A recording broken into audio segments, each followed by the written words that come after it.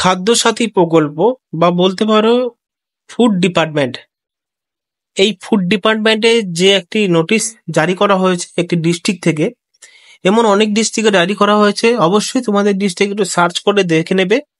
Search করার আগে ভিডিওটি পুরো দেখো এবং কিভাবে সার্চ করতে হয়, এবং এই ডিপার্টমেন্টে বা ফুড ডিপার্টমেন্ট বা স্বাস্থ্য দপ্তরে যে নিয়োগটি করা হচ্ছে, কি পোস্টে নিয়োগ করা হচ্ছে, সমস্ত কিছু ভিডিওর মাধ্যমে জানাবো। আর অবশ্যই কোয়ালিফিকেশন তো জানাবোই, কারা অ্যাপ্লিকেশন করতে পারবে সমস্ত কিছু। ভিডিওটি অবশ্যই প্রথম থেকে লাস্ট পর্যন্ত দেখার প্রত্যেক অনুরোধ রইল। স্কিপ করে দেখলে কি হবে, অনেক কিছু ছেড়ে যাবে, কারণ কি অনেক রিক্রুটমেন্টের জন্য এডুকেশন কোয়ালিফিকেশন না আছে, সেগুলো বুঝতে পারবে না। তার জন্যই বলছি ভিডিওটি সম্পূর্ণ দেখো। অনেকের ক্ষেত্রে এই সমস্ত চাকরি অ্যাপ্লিকেশন করার যোগ্য নয়, এবং অনেকের ক্ষেত্রে এডুকেশন কোয়ালিফিকেশন অনুযায়ী চাকরি করার জন্য তারা অ্যাপ্রুভাল বা তারা একদম সিলেক্টেড ম্যান। তো সেই ক্ষেত্রে ভিডিওটি পুরো দেখো এবং আবেদন করার সময় আবেদন করে দেবে।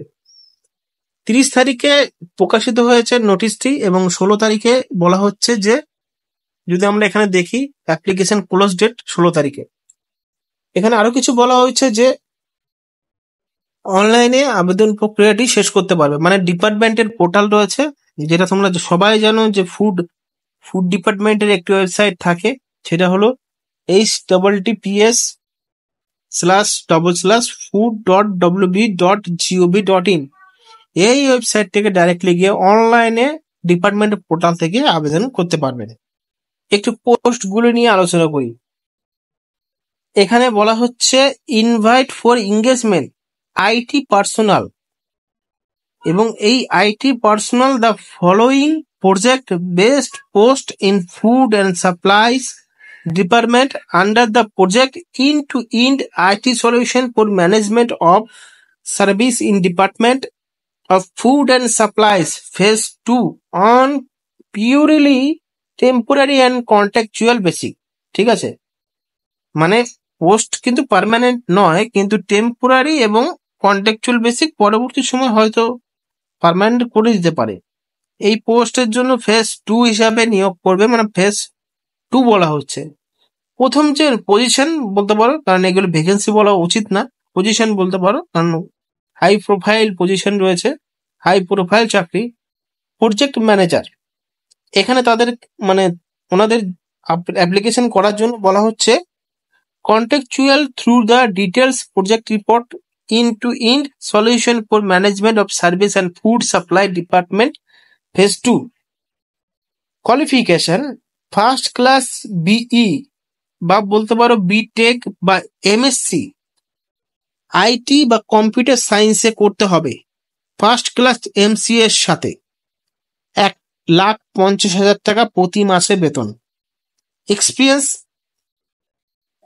অন্তত 8 বছরের এক্সপিরিয়েন্স থাকতে হবে, অভিজ্ঞতা থাকতে হবে সফটওয়্যার ডেভেলপমেন্টে বা Microsoft plant forms and project ম্যানেজমেন্টে, বা বলতে পারো টেকনিক্যাল টিমে মিনিমাম 3 বছরের এক্সপিরিয়েন্স, বা বলতে পারো at least management having lead team, at least 20 জনের লিড টিম বানাতে সক্ষম হতে হবে, এরকম রিক্রুটমেন্ট বলা হচ্ছে। তারপরে তোমরা এখানে দেখতে পাচ্ছ সার্টিফিকেশন বা specialisation, PMP, PSM, SFP, English certificate, এই সমস্ত বিষয়ে সার্টিফিকেট থাকতে হবে। কি কি কাজ করতে হবে এখানে পুরোটা বিষয়টা দেওয়া আছে, দেখে নিতে পারো, এক ঝলকে দেখে নিতে পারো। Project manager would be responsible for planning the project, ঠিক আছে, major functionalities and their target date start and completion etc, আরো বিষয়টি লেখা রয়েছে। এবার পরবর্তী যে দেখো আরো রয়েছে, যেগুলো রয়েছে ক্রিয়েট এঙ্গেজমেন্ট আরো রয়েছে। তারপর ডেপুটি প্রজেক্ট ম্যানেজার রয়েছে, contextual through details project report end-to-end, সেই 1 লাখ টাকা বেতন। কোয়ালিফিকেশন এখানে দেখতে পাচ্ছ, proven track record software design development documentation implementation support Android based system development system security and quality, minimum 6 বছরের রিলেভেন্ট ওয়ার্কের এক্সপিরিয়েন্স থাকতে হবে, সফটওয়্যার ডেভেলপমেন্ট কি কি কাজ করতে হবে সেটাও এখানে বলে দেওয়া আছে। তারপরে দেখতে পারবে সিনিয়র সফটওয়্যার ডেভেলপমেন্ট, এখানেও কিন্তু contextual through the details project report end-to-end solution থাকতে হবে।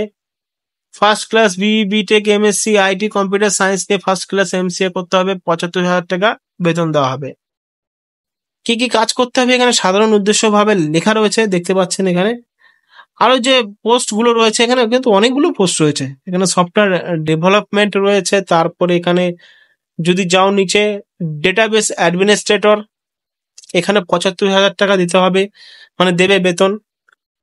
তারপর সফটওয়্যার ডেভেলপমেন্ট রয়েছে 40,000 টাকা বেতন এখানে, ঠিক আছে। তারপর রয়েছে সফটওয়্যার সাপোর্ট পার্সোনাল রয়েছে 21,000 টাকা বেতন। এখানে সফটওয়্যার সাপোর্ট মানে সফটওয়্যারকে মানে যাই হোক, এখানে কম্পিউটার সায়েন্স নিয়ে কোর্স করতে হবে 3 বছরের ডিউরেশনের সাথে।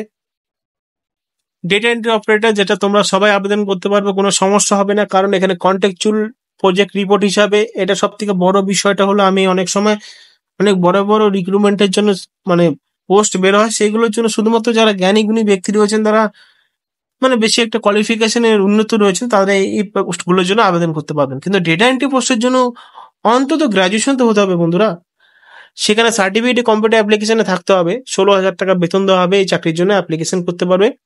রেসপন্সিবিলিটিস মানে ডেটা এন্ট্রি পোস্টে কি কি কাজ হয় সেটা এখানে পুরোটা বিষয়টা লেখা রয়েছে, মানে জব রোলস অ্যান্ড রেসপন্সিবিলিটিস।